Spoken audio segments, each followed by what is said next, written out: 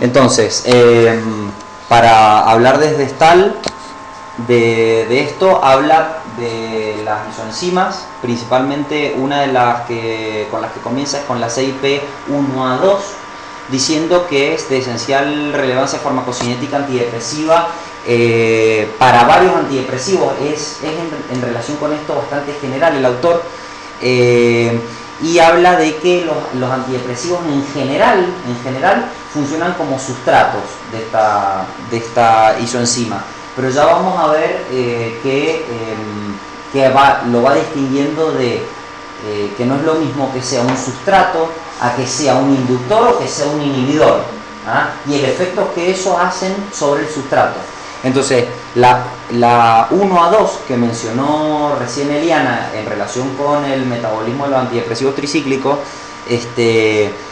funciona, digamos, o sea, tendría una función desmetiladora o, digamos, o metabolizadora, que lo que haría, en particular con los antidepresivos tricíclicos, es transforma las aminas terciarias en secundarias. Y recuerden de que lo que pasa es que muchas veces los metabolitos, con esta y con otras, siguen siendo metabolitos activos. Entonces a veces el dosaje y la vida plasmática de la amina terciaria puede ser 10 horas, pero también tienen que considerar que hay metabolitos activos que prolongan los efectos inclusive hasta más de 24 horas, digamos. 2 o 3 días. Exactamente.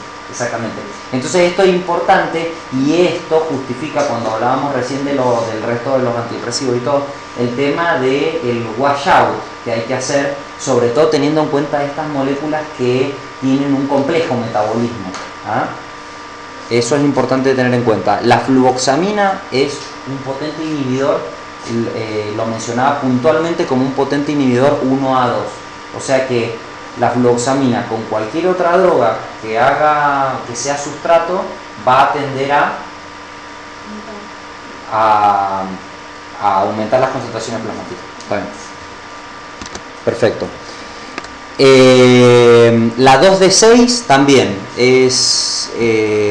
funciona con varios antidepresivos, también de nuevo cita algunos, pero lo habla de manera general. Me parece que el autor por ahí lo que pretende es hacer más hincapié más en las isoenzimas que en las drogas en sí, porque ya van a ver después las recomendaciones, que las drogas por ahí pueden ir cambiando y estamos siempre obligados a irnos actualizando en relación con las interacciones.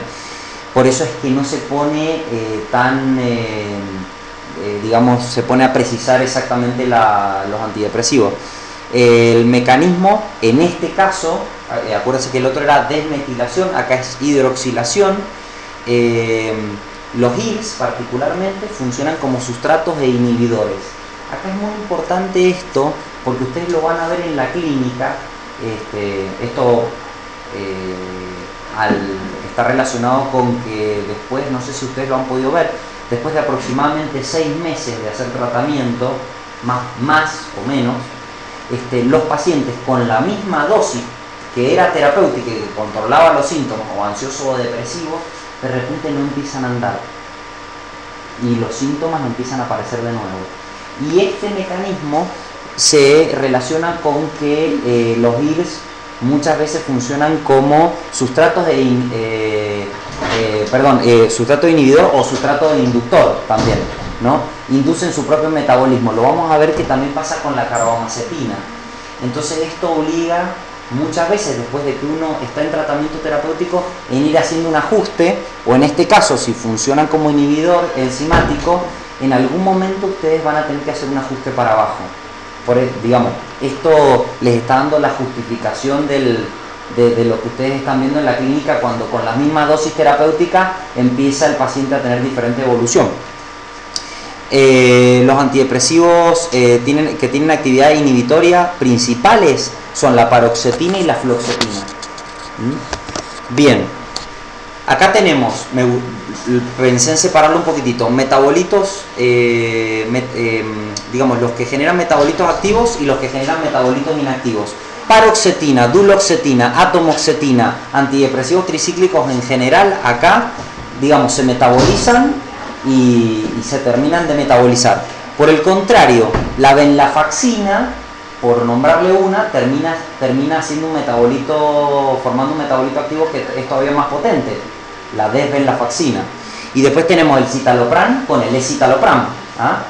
Por este mecanismo de desmetilación. Y así mencionaba otros IRS, ¿ah? No era específico el autor, pero me gustó poner esos dos detalles porque son, digamos, nosotros tenemos hoy la opción terapéutica de optar por uno o por el otro, ¿no? Para la 2D6, los IRS, recuerden que son potentes inhibidores, y van a elevar las concentraciones, esto es importante al tener en cuenta las asociaciones, de la venlafaxina, duloxetina y sobre todo de la atomoxetina. Es la que es más sensible a elevar sus concentraciones y es la que menciona el autor de que hay que tener más cuidado. En este caso es importante, como son potentes inhibidores, van a estar alargadas las vidas medias, entonces es importante tener en cuenta el periodo de washout. Vamos a hablar al final de las recomendaciones. Después vamos a la 3A4. Ya hemos visto las tres que menciona Stahl en relación con los antidepresivos. Los antidepresivos funcionan tanto como sustratos como inhibidores acá. Pimosida, carbamazepina, alprazolam. Fíjense que son medicamentos, carbamazepina, alprazolam, que usamos mucho acá en el hospital. Funcionan como sustratos. Las estatinas funcionan como sustrato. Entonces empieza a haber una competencia acá, digamos, sobre todo en los pacientes polimedicados, que son los que más tenemos que tener cuidado. Sertralina, reboxetina son inhibidores débiles.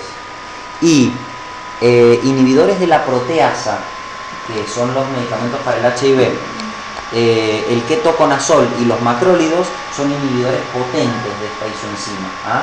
O sea que van a alterar las concentraciones plasmáticas para abajo, ¿ah? Van a descender las concentraciones plasmáticas de los antidepresivos.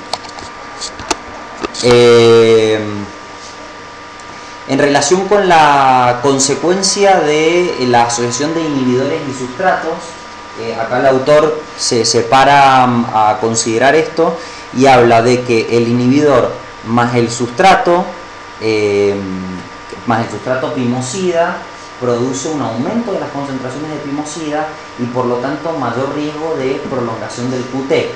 Esto puede pasar con otros neurolépticos, quiero decir, pero principalmente lo hace con la pimosida.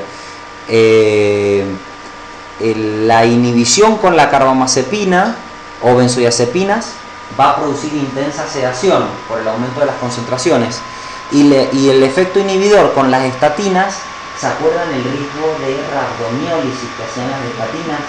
¿Ah? O sea que estos son parámetros que tenemos que tener en cuenta. Inductores de la isoenzima en general, de la P450, tienen la propiedad de aumentar la actividad de la enzima por el mecanismo de inducir la síntesis de copias. Entonces, de alguna manera, el hígado se adapta a la droga teniendo más copias de la isoenzima. Este, digamos, sería el mecanismo íntimo por el que funciona esto. El que más se menciona y el que más se repite es la carbamazepina en este caso.